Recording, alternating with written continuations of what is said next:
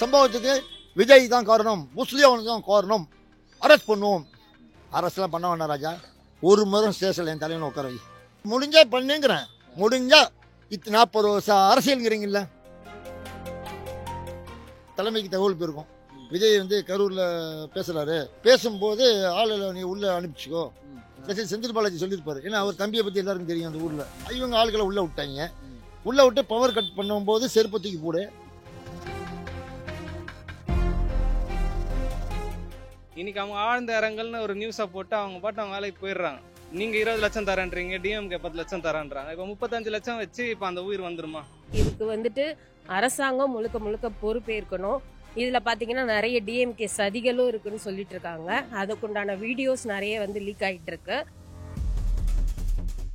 Ladies வந்து first குழந்தைங்கள்லாம் கூட்டு வரக்கூடாதுன்னு ஆல்ரெடி தளபதியே 2-3 விதத்தில் சொல்லியிருந்தாரு. 1.5 வயசு குழந்தைங்க 2 வயசு குழந்தைங்கலாம் கூட்டு வந்து மிகப்பெரிய தப்பு. சதின்னு தான் நினைக்கணும். சதின்னு தான் யாரோட சதின்னு நினைக்கிறீங்க? திமுக. இதுக்கு பின்னாடி வேற இருக்காங்க. ஆமா, கன்ஃபார்ம் வெளில வருவாங்க. சின்ன பையன் கூட பேட்டி நான் யூடியூப்ல பார்த்தேன். நான் வந்து நைட்டை வந்துட்டு நாங்கள் என் தலைவரை பார்க்கணும், சாப்பிட்டியாப்பா அப்படின்னு கேட்கும்போது, இல்லை எனக்கு சாப்பிடலாம் முக்கியம் இல்லை, எனக்கு விஜய் தான் எனக்கு பார்க்கணும், அவர் தான் முக்கியம். அது சின்ன குழந்தைங்கலாம் அது ரொம்ப கொடூரமாக இருந்தது. எத்தனை பேர் இறந்து போனாங்க, உயிர் வந்ததுங்களா? போன உயிர் இப்போ விஜய் சார் கூட ஏதோ ஒரு அமௌண்ட் கொடுத்துருக்கான்னு எல்லாம் கேள்விப்பட்டாங்க. போன உயிர் திரும்ப வந்ததுங்களா? நம்ம சேஃப்டி நம்ம பார்த்துக்கணும், அவ்வளோதாங்க. விஜய் அவர்களோட இப்போ இந்த கரூர் கேம்பெயின் பார்த்துருப்பீங்க, அதில் நடந்த அசம்பாவிதமும் பார்த்துருப்பீங்க. ஸோ அதை பற்றின உங்களோட கருத்து என்ன? என்ன அதை பத்தின கருத்து எனக்கு என்னன்னா, இது வந்து என்னன்னா வந்து முழுக்க முழுக்க அவர் மேலதான் தப்பு சொல்றேன், விஜய் மேலே. ஏன்னா வந்து நம்ம ஒரு பப்ளிக் ஃபிகரா ஆயிட்டோம். பப்ளிக் ஃபிகரா இருக்கும் போது நம்ம வந்து எப்படி மக்களுக்கு வந்து எக்ஸ்பிளனேஷன் கொடுத்து நம்ம வந்து அவங்கள இது கைட் பண்ணணுமோ அந்த மாதிரி கைட் பண்ணணும். ஏன்னா உண்மையிலே சொல்றேன், நம்ம மக்கள் வந்து நடிகருங்க மேல ஆழ்ந்த மூழ்கி இருக்காங்க. ஓப்பனா சொல்லணும்னா, ஏன்னா வந்து நான் ஒரு அஜித் குமாரோட ஃபேன். ஓப்பனா சொல்றேன்னா, அவரு சொல்ற பாலிசில நம்ம போறோம். இப்போ அவரு சொல்றதுல நாங்க சரி, இவர் வந்தா நம்ம ஓட்டு போடலான்ற மைண்ட் தாட்டம் வந்தது. ஆனா இவர் என்ன பண்றாருன்னா, மக்களுக்கு எந்த பாதிப்பு வருமா வராதான்றதெல்லாம் மீன் பண்ண மாட்டாரு. புரியுதுங்களா? இப்போ மக்களுக்கு இப்போ நம்மளுடைய பொறுத்த வரைக்குமே பாத்தீங்கன்னா, இப்போ கூட நான் 2 நாள் முன்னாடி ஒரு ரீல்ஸ் பார்த்தேன். ஒரு வேன்ல போயிட்டு இருக்காரு, பசங்க ஃபுல்லா ஓவர்டேக் பண்ணி போய் கீழே விழுந்து வாடுறாங்க. எனக்கு ஒண்ணுமே புரியல. அவங்க வந்து அவங்களும் ஒரு ஹியூமன் பீங் தான். அவங்களும் 2 கை இருக்கு, கால் இருக்கு, அவங்களும் மனுஷங்க தான். நம்ம அவங்கள வந்து என்னன்னா நம்ம ஒரு மாதிரி டிஃப்ரெண்டா பார்க்க ஆரம்பிச்சிட்டோம்.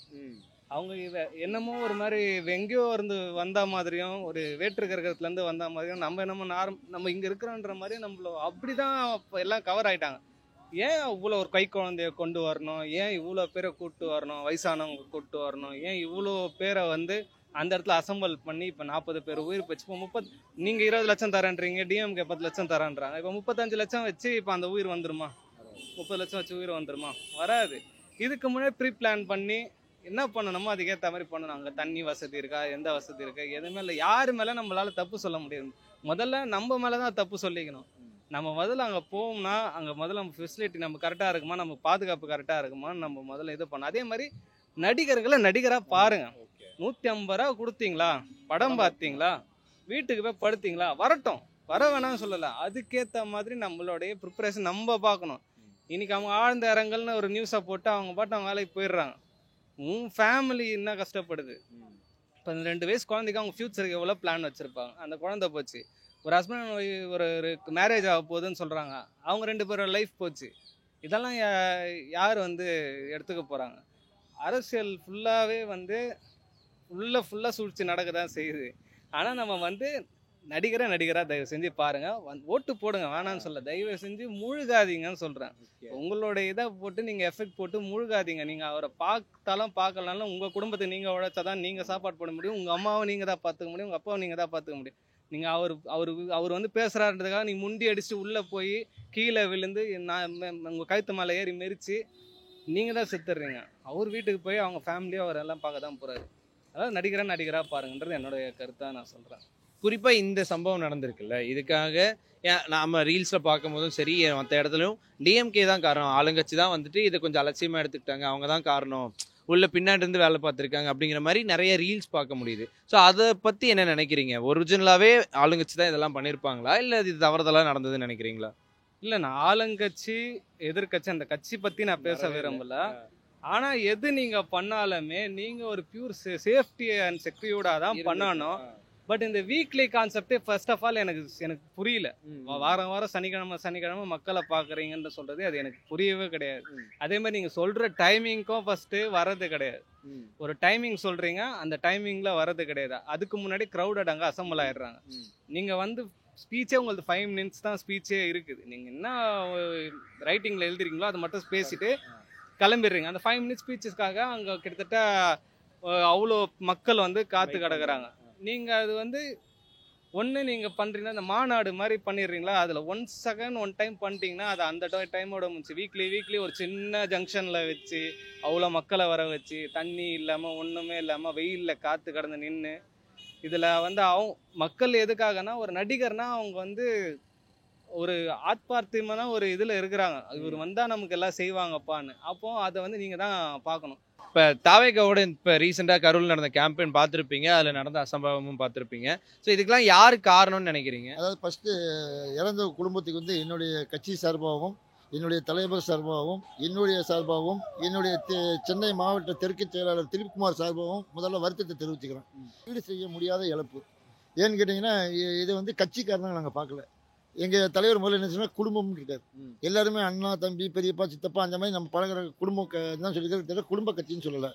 இப்போ அவர் வந்து ஃபஸ்ட்டு இதை பிளான் வந்து ஏற்கனவே பிளான் பண்ணி வச்சது தான். புரிஞ்சுங்களா?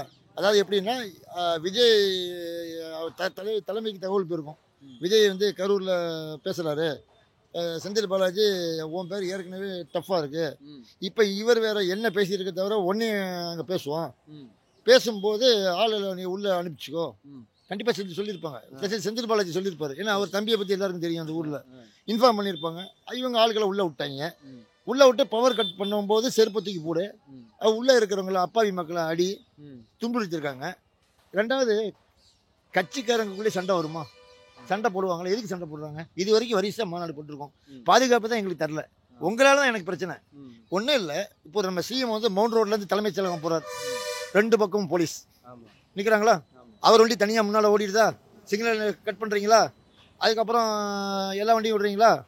இவருக்கு அதை மாதிரி திருச்சி ஏர்போர்ட்டில் இறங்கினார்ல, அதை மாதிரி ஒரு வசதி ஏன் செஞ்சு கொடுக்கல? நான் வந்து என்கிற ஜோதிடர். விஜய் அரசியலுக்கு வருவார் யூடியூப்பில் சொன்னதே நான் தான். யூடியூப் என்னைக்கு துவங்கினதோ அன்னிலேருந்து நான் பேட்டி பேசிகிட்டு இருக்கேன். எதுவும் மாற்றலாம், நான் சொன்னதெல்லாம் நடந்திருக்கு. விஜய் அரசியலுக்கு வருவார்னா கண்டிப்பாக நடந்தது. மாநாடு போடுவார்னு சொன்னேன், நடந்தது. சுற்றுப்பயணம் மேற்கொள்வார் அப்படின்னு சொன்னேன், சுற்றுப்பயணத்துக்காண்டி நானும் கலந்துக்கிட்டேன். இப்போ இந்த பிரச்சனை நடந்துட்டு இருக்க தருணத்தில் ஆளுங்கட்சி வந்துட்டு அவங்க ஆம்புலன்ஸ்ல வந்துட்டு டிஎம்கேயோட கொடி போடுறது வரேன், அதுக்கு சொல்ல வரேன். அதாவது ஆம்புலன்ஸ் அடிப்பட்டு ஏற்றி இவங்க ப்ரோக்ராம் பண்ணது அடிபட்டாச்சு. ஆம்புலன்ஸில் ஏற்றி ஆம்புலன்ஸ் கிளம்பும் போது ஃபோன் பண்ணணும். யாருக்கு? அமைச்சர்களுக்கு, போலீஸ்காரங்களுக்கு. இவங்க என்ன பண்ணிட்டாங்க, போதையில் இருந்திருப்பான் போல இருக்கு. ஆள் அனுப்பிச்சுவேன். ஆம்புலன்ஸ் ஏற்றுறதுக்கு ரெடி பண்ணுவாங்கல்ல. சரி, ஒரு 20 ஆம்புலன்ஸ் சம்பவத்துக்கு நேரத்தில் எதுக்கு சுற்றிட்டு இருந்துச்சாங்க? முதல் பாயிண்ட். அசம்பாவிதம் நடந்துருமோ? இதுக்கு முன்னாடி எத்தனை கொடுத்தீங்க? இப்போ எத்தனை செஞ்சுருக்கீங்க? இதுக்கு முன்னாடி ஒரு 4-5. இப்போ ஏன் எவ்வளவு சொல்லு? நீ பாதுகாப்பு கொடுக்குற, தலைவனுக்கு பாதுகாப்பு கொடுக்குறேன்னு சொல்கிறவன், அவ்வளோ பொறுப்பாக இருக்கிறவன், ஆம்புலன்ஸுக்கு முக்கியத்துவம் கொடுத்துருக்கேன், போலீஸுக்கு முக்கியத்துவம் கொடுக்கல, தலைவன் பக்கத்திலே விடலை, பாதுகாப்பும் இல்லை, மக்கள் நெரிசல், அவஸ்தைப்பட்டான் யூடியூப்காரன். ஆனால் இவங்க வந்து பேசுகிறாங்க, இந்த சம்பவத்துக்கு விஜய் தான் காரணம், முஸ்லிம் தான் காரணம், அரெஸ்ட் பண்ணுவோம். அரசுலாம் பண்ண வேண்டாம் ராஜா. ஒரு மணி நேரம் ஸ்டேஷனில் என் தலைவனை உட்கார வை, 1 மணி நேரம் உட்கார வை ஸ்டேஷனில். இதை வந்து சேலஞ்சாக சொல்கிறீங்களா? கண்டிப்பாக முடிஞ்சா பண்ணுங்கிறேன். முடிஞ்சா 40 வருஷம் அரசியலுங்கிறீங்கல்ல, இளைஞர் இழந்திருந்தேன், இன்னைக்கு சிஎம் ஆகிருக்கீங்கல்ல. உங்கள் அப்பா வந்து எம்ஜிஆர்கிட்ட சவால் விட்டார், எம்ஜிஆர் கண்டுக்கவே இல்லை. அவர் வேலையை அவர் பார்த்து போயிட்டே இருக்காரு. நீ இப்போ அவரை சீன்றீங்க. ஒரு விரலில் போட போகிறான் பாரு. 2026 மொத்த ஓட்டுன்னு தூக்குறான், கெத்தாக தூக்குறான். எனக்கு ஒரே ஒரு இது மாத்திரம் பண்ண சொல்லுங்கள், ப்ராமிஸ் மாத்திரம் பண்ண சொல்லுங்கள். எழுதி தர வேண்டாம், வாயால் சொன்னாலே போகிறோம். என்னென்னு இப்போ இருக்கிற முதல்வரை நான் விஜய் அந்த 40 சில பேர் இருந்தாங்க இல்லையா, அவங்க வீட்டுக்கு நான் ஏர்போர்ட்லேருந்து நான் எப்படி காரில் போகிறேன், என்னை சுற்றி பின்னால் எப்படி போலீஸ் இருக்குது, அந்த பந்தோபஸ்தோடு நான் விஜய் ஆஸ்பத்திரிக்கு கூட்டு போகிறேன்னு சொல்லுவேன். ஏன் ஏன்னா பிள்ளையும் கிள்ளி விட்டுட்டு தொட்டில் ஆட்டுறீங்க. நீ வாடா ஆஸ்பத்திரிக்கு வரவே இல்லைன்னு சொல்லுவீங்க. உடனே இவர் கோவப்பட்டு அங்கே ஏற்கனவே பழைய பேஷண்ட் கிடக்குறான், இப்போ போன புது பேஷண்ட்டு கிடக்குறான். அப்புறம் அவன் சொந்தக்காரன் உள்ளே இருப்பான். அப்புறம் ஏற்கனவே உள்ள டாக்டர் இருக்காங்க. அதுக்கப்புறம் இதுக்காண்டி ஸ்பெஷல் டாக்டர்லாம் வருவாங்க. அப்போ டோட்டல் இடமும் லாக்கு. அப்போ இவர் எப்படி உள்ளே போக முடியும் சொல்லுங்கள்? நீங்கள் முதலமைச்சர், நீங்கள் தகவல் தெரியறதுக்கு முன்னாலே கிளம்பிட்டீங்க. ஓப்பனாக சொல்கிறேன், ஆதாரம் இருக்குங்க, வீடியோ ஆதாரம் யூடியூப்காரங்க நீங்கள் கொடுக்குறீங்களே. கரூர்ல வந்துட்டு விஜய் அவர்களோட கேம்பெயின்ல இப்போ ஒரு அசம்பாவிதம் நடந்தது இல்லையா? ஸோ அதை பத்தின உங்களோட கருத்துக்கு என்ன? என்னோட கருத்துக்கள் என்னன்னா, அதில் பாதிக்கப்பட்ட எல்லாருமே பாவம். இதுக்கு முழுக்க முழுக்க வந்துட்டு எல்லாருமே பொறுப்பு தான்.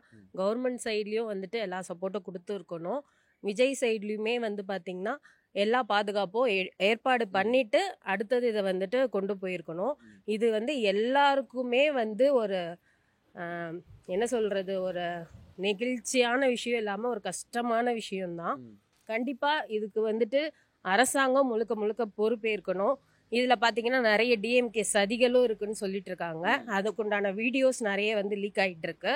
இதுக்கு உண்மையானது எதுன்னு கண்டுபிடிச்சி கவர்மெண்ட் சைடில் அதுக்குண்டானவங்களுக்கு கண்டிப்பாக நடவடிக்கை எடுத்து தக்க தண்டனை வாங்கி கொடுக்கணும்.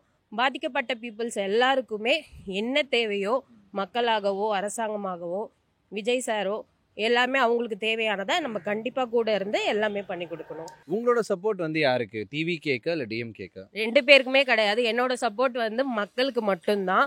தாவேக்கா அவருடைய வேலையை வந்து அவர் பார்த்துருக்காரு. கவர்மெண்ட் சைடு நிறைய ப்ரொடெக்ஷன் பண்ணியிருக்கணும், ஆனால் பண்ணலை. இதுக்கான காரணம் யாரோட அலட்சியமா இருக்குன்னு நினைக்கிறீங்க? அவர் என்னன்னா நாமக்கல் வந்து 8:30க்கு வர்றதா அவர் வந்து சொல்லிட்டு இருந்தார். 8:30 to 12:30 வந்து பர்மிஷன் அவர் கிட்ட இருந்தார்.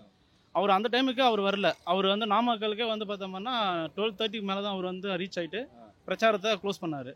இங்கே வந்து கரூரில் வந்து 3 to 10 o'clock வந்து பர்மிஷன் கேட்டிருக்காங்க. அவங்க ஆனால் வந்து சேர்ந்தது பார்த்தோம்னா அவர் வந்து அங்கே 6 o'clock மேலே தான் அவர் வந்தார். அங்கே மக்கள் வந்து பார்த்தோம்னா அவங்க மார்னிங்கில் வந்துட்டாங்க. சில பேர் ஒரு சின்ன பையன் கூட பேட்டி நான் யூடியூப்பில் பார்த்தேன். நான் வந்து நைட்டே வந்துட்டுனாங்க, என் தலைவரை பார்க்கணும். சாப்பிட்டியாப்பா அப்படின்னு கேட்கும்போது, இல்லை எனக்கு சாப்பிடலாம் முக்கியம் இல்லை, எனக்கு விஜய் தான் எனக்கு பார்க்கணும், அவர் தான் முக்கியம். அப்போ அந்த மாதிரி அந்த சின்ன பையன் ஒன்றா ஒரு 13 வயசு தான் இருக்கும். அந்த மாதிரி காலையிலேருந்து எதுவுமே வாட்டர் எடுக்காமல் ஃபுட் எடுக்காமல் இருந்த அந்த எனர்ஜி ஃபுல்லாகவே லாஸாக இருக்கும். அது இல்லாமல் ஒரு பாட்டு ஒன்று போடுறாங்க, உங்கள் விஜய் உங்கள் விஜய். அந்த பாட்டில் நிறைய பேர் ஃபுல்லாக வந்து பெப்பாக நல்லா டான்ஸ் ஆகலாம் ஆடி ஃபுல் எனர்ஜி எல்லாம் லாஸ் பண்ணிட்டாங்க. அந்த லாஸ்ட் மினிட்லாம் வரும்போது பார்த்தீங்கன்னா அந்த இன்சிடென்ட் நடந்தது பார்த்தீங்கன்னா ஆப்போசிட் ரோடு வந்து காலியாக தான் இருந்தது. அங்கே ஜனங்க எல்லாமே ஃப்ரீயாக இருந்தாங்க. அவருடைய வெஹிக்கிள் இருந்து பார்த்தீங்களா, அந்த வெஹிக்கிளுக்கு பக்கத்தில் தான் வந்து அந்த ஷெட்டு மாதிரி இருந்தது. அங்கே வந்து எல்லாரும் அவர் ஃபேஸை வந்து கிட்ட பார்க்கணும் சொல்லிட்டு எல்லாம் அங்கே வந்துட்டாங்க. அதே சேம் டைமு அவரு ஒரு கேம் பண்ணார். அந்த லைட்டு வந்து ஆஃப் பண்ணி ஆன் பண்ணார். பார்த்துருப்பீங்க. அந்த லைட் ஆஃப் பண்ணும்போது எல்லாம் அப்படியே க்ரௌடு அப்படியே அமைதியாகுது. லைட் ஆனும்போது அப்படியே ஆஃப் பண்ணிக்கிறாங்க. அப்போ அந்த எனர்ஜி இல்லாமல் ஃபுல்லாக எல்லாரும் எகிரி குதிக்கும் போது என்ன ஆகுதுன்னா அந்த ஒருத்தரோட ஒருத்தர் இடித்து கால் தவறி கீழே விழுந்து அந்த சின்ன குழந்தைங்கலாம் அது ரொம்ப கொடூரமாக இருந்தது. அது அவரை வந்து பிளான் பண்ணியிருக்கணும். 2வது வந்து அந்த மாவட்ட செயலாளர் எல்லாம் இருக்காங்க, மாவட்ட தலைவருங்க, அவங்கெல்லாம் வந்து ஒரு கோஆர்டினேட் பண்ணியிருக்கணும். இதுக்கு முன்னாடிலாம் வந்து அரசியல் தலைவர்கள்லாம் பிரச்சாரம் பண்ணியிருக்காங்க. அவங்க என்ன பண்ணுவாங்கன்னா அதுக்கு அவங்க எந்த இடத்துல அவங்க வண்டியை நிறுத்திட்டு அவங்க பிரச்சாரம் பண்ணுறாங்க எல்லாம் பிளான் பண்ணி வச்சுருப்பாங்க. கரெக்டாக அந்த இடத்துல அவங்களுக்கு டிஸ்டர்பன்ஸ் இருக்காது. அந்த பிரச்சாரம் முடிஞ்ச உடனே அட் அ டைமில் வண்டி போயிடும் பாஸ் ஆகிடும். இவர் அந்த மாதிரி எடுக்க மாட்டேங்கிறாரு. அங்கே நின்றுட்டு கொஞ்சம் ஷோ பண்ணுறாரு, ரோட் ஷோ மாதிரி பண்ணிட்டு இருக்காரு. இப்போ கிட்டத்தட்ட 40 பேருக்கு மேலே இறந்துருக்காங்க. நிறைய பேர் வந்துட்டு இன்னும் ஹாஸ்பிட்டல் சீரியஸாக இருக்காங்க. இதுக்கான காரணம் வந்து யாரை சொல்லலாம்? இப்போ விஜய் அவர்களா, இல்லை வந்துட்டு ஒழுங்காக பார்த்துக்க லைக் இந்த க்ரௌடை மேனேஜ் பண்ணத ரூலிங் பார்ட்டியை சொல்ல முடியுமா? கண்டிப்பாக க்ரௌட் வந்து யாரும் ரூலிங் பார்ட்டி மேனேஜ் பண்ண முடியாதுங்க. எல்லாம் விஜயோட ஃபேன் நிறைய பேர் இருக்காங்க, கிட்ட பார்க்க முடியாது. பப்ளிக்கில் வந்து யாரும் கண்ட்ரோல் பண்ணவும் முடியாது. போலீஸையும் கூட்டம் சொல்ல முடியாதுங்க, பப்ளிக்லையும் கூட்டம் சொல்ல முடியாது. நம்ம வந்தோமா பார்த்தோமா தூரமாக அப்படி பார்த்துட்டு போக முடியும், அவ்வளோதாங்க. நம்ம சேஃப்டி நம்ம பார்த்துக்கணும். பெங்களூரில் கூட கிரிக்கெட் இதாச்சு பார்த்தீங்களா, எத்தனை பேர் இறந்து போனாங்க. உயிர் வந்ததுங்களா, போன உயிர் ஏதோ ஒரு அமௌண்ட் கொடுத்துருக்கலாம். இப்போ விஜய் சார் கூட ஏதோ ஒரு அமௌண்ட் கொடுத்துருக்கான்னு எல்லாம் கேள்விப்பட்டாங்க.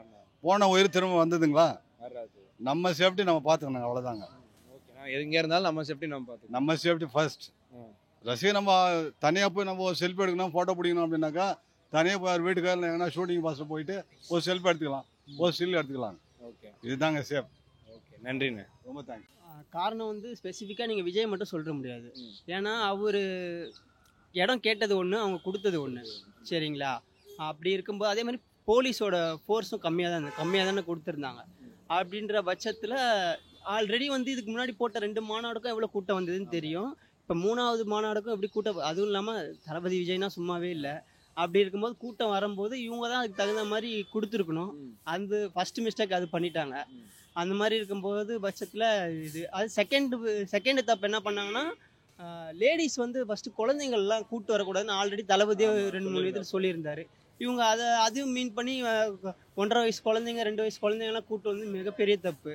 சரிங்களா, ஒரு கருத்து தெரிஞ்ச ஒரு பெரிய பொண்ணு பெரிய பையனா ஓகே, இந்த மாதிரிலாம் கூட்டு வந்து மிகப்பெரிய தப்பு தான் நான் சொல்லுவேன். இப்போ விஜய் வந்து கட்சி ஆரம்பிக்கிறேன்னு சொன்னதுக்கு அப்புறம் அவருக்கு மட்டும் ஏன் இவ்வளோ எதிர்ப்புகள் அப்படிங்கிற ஒரு பெரிய கேள்வி இருக்கு. ஆனால் இப்போ விஜய் அவர்களோட கேம்பெயின் பார்த்துருப்பீங்க, அங்கே நடந்த அசம்பாவிதமும் பார்த்துருப்பீங்க. அதை பற்றி உங்களோட கருத்து என்ன? மக்கள் க்ரௌடுனால தான் பிரச்சனையே. க்ரௌடு தான் பிரச்சனை. க்ரௌடு பிரச்சனை. இன்னொன்று வந்து விஜய் வந்து ஃபிக்ஸ் பண்ண டைம் போகல. இப்போ கிட்டத்தட்ட 40 பேருக்கு மேலே இறந்துருக்கதா சொல்கிறாங்க. அண்ட் இதுக்கெலாம் வந்துட்டு இப்போ டிவிகே கிட்ட கேட்டால் ஆளுங்கட்சி தான் பொறுப்பு அப்படின்றாங்க, ஆளுங்கட்சி கேட்டால் டிவிகே தான் பொறுப்புன்றாங்க. இப்படி மாறி மாறி சொல்லிட்டே இருந்தால் இப்போ யார் பொறுப்பு எடுத்துக்கு? ஆளுங்கட்சி இல்லைன்னா விஜய் பார்த்தாரா? விஜய் மக்களை ஹாஸ்பிட்டலில் பார்த்தாரா? இல்லை வருத்தம் தெரிவித்தாரா? ஆளுங்கட்சி தானே போய் பார்த்தாங்க. அதே ஆளுங்கட்சிக்கு தான் நன்றி சொல்லணும். ஆளுங்கட்சி தான் நன்றி சொல்லணும். கண்டிப்பாக. ஓகே, இப்போ வந்துட்டு டிவிகே தரப்புல என்ன சொல்றாங்கன்னா, நாங்க கேட்ட இடம் வேற, அவங்க கொடுத்த இடம் வேற, அதனால தான் இப்படி நடந்துருச்சு அப்படின்றாங்க. விஜய்க்கு மட்டும் எதனால இந்த அளவுக்கு எதிர்ப்பு வருது? எதிர்ப்பெல்லாம் இல்லை, அவங்களுக்கு தெரியாதுங்களா எந்த இடம் வந்து கூட்டம் வந்தா இங்க சரியா இருக்குன்னு சொல்லிட்டு அவங்களுக்கு தெரியும் இல்லையா? அதுக்காக தான் அவங்க இடம் ஃபிட் பண்ணியிருக்கோம். அதனால அது மேல குறை சொல்றது ரொம்ப முக்கியம். ஓகே, சதின்னு தான் நினைக்கணும். சதின்னு தான். யாரோட சதின்னு நினைக்கிறீங்க? திமுக. விஜய் அவர்களுக்கு மட்டும் இவ்வளோ எதிர்ப்பு வந்துட்டே இருக்கு, இவ்வளோ சதிகள் நடந்துட்டே இருக்கு, எதனால, என்ன நினைக்கிறீங்க அதை பத்தி? அதுக்கு அரசியலை பத்தி எதுவும் தெரியாது, சினிஃபிலை பத்தி தான் தெரியும். சினிஃபில் இருக்கும்போது அப்படி இப்படின்னு ஆடினது, அரசியல் இறக்கி விட்டாங்க, அரசியல் இறங்கிச்சு. அதுக்காக இது பண்ணா இவன் இப்படியா மாநாடு அப்படின்னு எல்லாருக்கும் கலக்கம் வந்துடுச்சு. அவ்வளோதான், அந்த கலக்கம் வந்துருச்சு, இந்த பிரச்சனை நடந்திருக்குல்ல, இதுக்கு முழுக்க முழுக்க திமுக தான் காரணம், இதுல இருந்து பின்னாடி இருந்து திமுக காரணம் நான் சொல்ல மாட்டேன். அப்படிதான் நிறைய பேர் சொல்றாங்களே. சான்ஸ் இல்ல. திமுக மோடி 2 பேரும் வந்து அப்ராணிங்கிற மாதிரி பேர் மட்டும் வாங்கிட்டு இருக்காங்க, அவ்வளவுதான். இதுக்கு பின்னாடி வேற இருக்காங்க. ஓகே, இதுக்கு பின்னாடி வேற ஆள் இருக்காங்க. ஆமா, கன்ஃபார்ம் வெளில வருவாங்க. அண்ட் இந்த பிரச்சனை எல்லாம் நடந்திருக்குல்ல, இப்ப 41 பேர் இறந்துருக்காங்க. இது வந்து கூட்ட நெரிசல் மட்டும் இல்ல, நிறைய பேருக்கு வந்து வெட்டுக்காயெல்லாம் இருக்குங்கிற மாதிரி சொல்லியிருக்காங்களே. சாமி படம் பாத்தீங்களா? சாமி 1 or 2? 1 பார்த்தேன். எப்படி எட்ட விடுவாரு? ஆமா, அப்படிதான் எல்லாம். அரசியல்னா அதான். அரசியல்னா அதுதான். உங்களோட சப்போர்ட் யாருக்கு? என்னோட சப்போர்ட் என்னைக்கும் வந்து திமுகவுக்கு தான். திமுகவுக்கு தான். ஆனா மாத்திலாம் பேசல, ஏன்னா எனக்கு ஃபேவரட், அது பிடிக்கும். ஆனா அவங்க தப்பு பண்றாங்கன்னு தெரியும். ஓகேவா, விஜயகாந்த் சார் வரல, அதுவும் பிடிக்கும். எல்லாம் பிடிக்குங்கிறது வாழ்க்கை இல்லை, இதுதான் பிடிக்குங்கிறது சாய்ஸ் பண்ணா வேற மாதிரி இருக்கும்.